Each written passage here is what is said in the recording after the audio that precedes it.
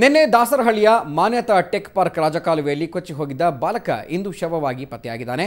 15 ವರ್ಷದ ಬಾಲಕ ಪ್ರಕಾಶ್ ನಿನ್ನೆ ಈಜಲು ದಾಸರಹಳ್ಳಿ ಕೆರೆಗೆ ತೆರಳಿದ್ದ ಬಳಿಕ ರಾಜಕಾಲುವೆಯಲ್ಲಿ ಕೊಚ್ಚಿ ಹೋಗಿದ್ದ. ಇಂದು ಕಾರ್ಯಾಚರಣೆ ಬಳಿಕ ಬಾಲಕನ ಶವ ಪತ್ತೆಯಾಗಿದೆ.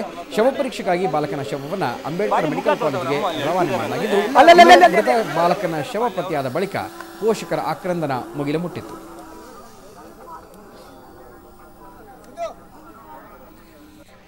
ನಿನ್ನೆ ಶಾಲೆಗೆ ಹೋಗಬೇಕಾಗಿದ್ದಂಥ 15 ವರ್ಷದ ಪ್ರಕಾಶ್ ಅಕಸ್ಮಾತಾಗಿ ಆತ ಆಟೋ ಆಡೋದಕ್ಕೆ ಹೋಗಿರ್ತಾನೆ. ಆ ಒಂದು ಮಾನ್ಯತಾ ಟೆಕ್ ಪಾರ್ಕ್ ಸಮೀಪದಲ್ಲಿದ್ದಂಥ ರಾಜ ಕಾಲುವೆಗೆ ಆಯ್ತಪ್ಪಿ ಬಿದ್ದಿರ್ತಾನೆ. ನಿನ್ನೆ ಸಾಕಷ್ಟು ಬಾರಿ ಹುಡುಕಾಡಿದ್ರು ಕೂಡ ಆತನ ಒಂದು ಶವ ಸಿಕ್ಕಿರಲಿಲ್ಲ. ಆದರೆ ಇವತ್ತು ಕೂಡ ಕಾರ್ಯಾಚರಣೆ ಮುಂದುವರೆದಿತ್ತು.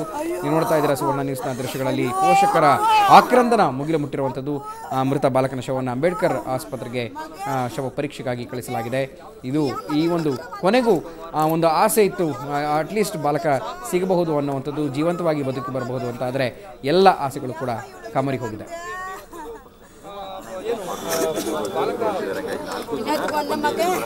ಮಗೆ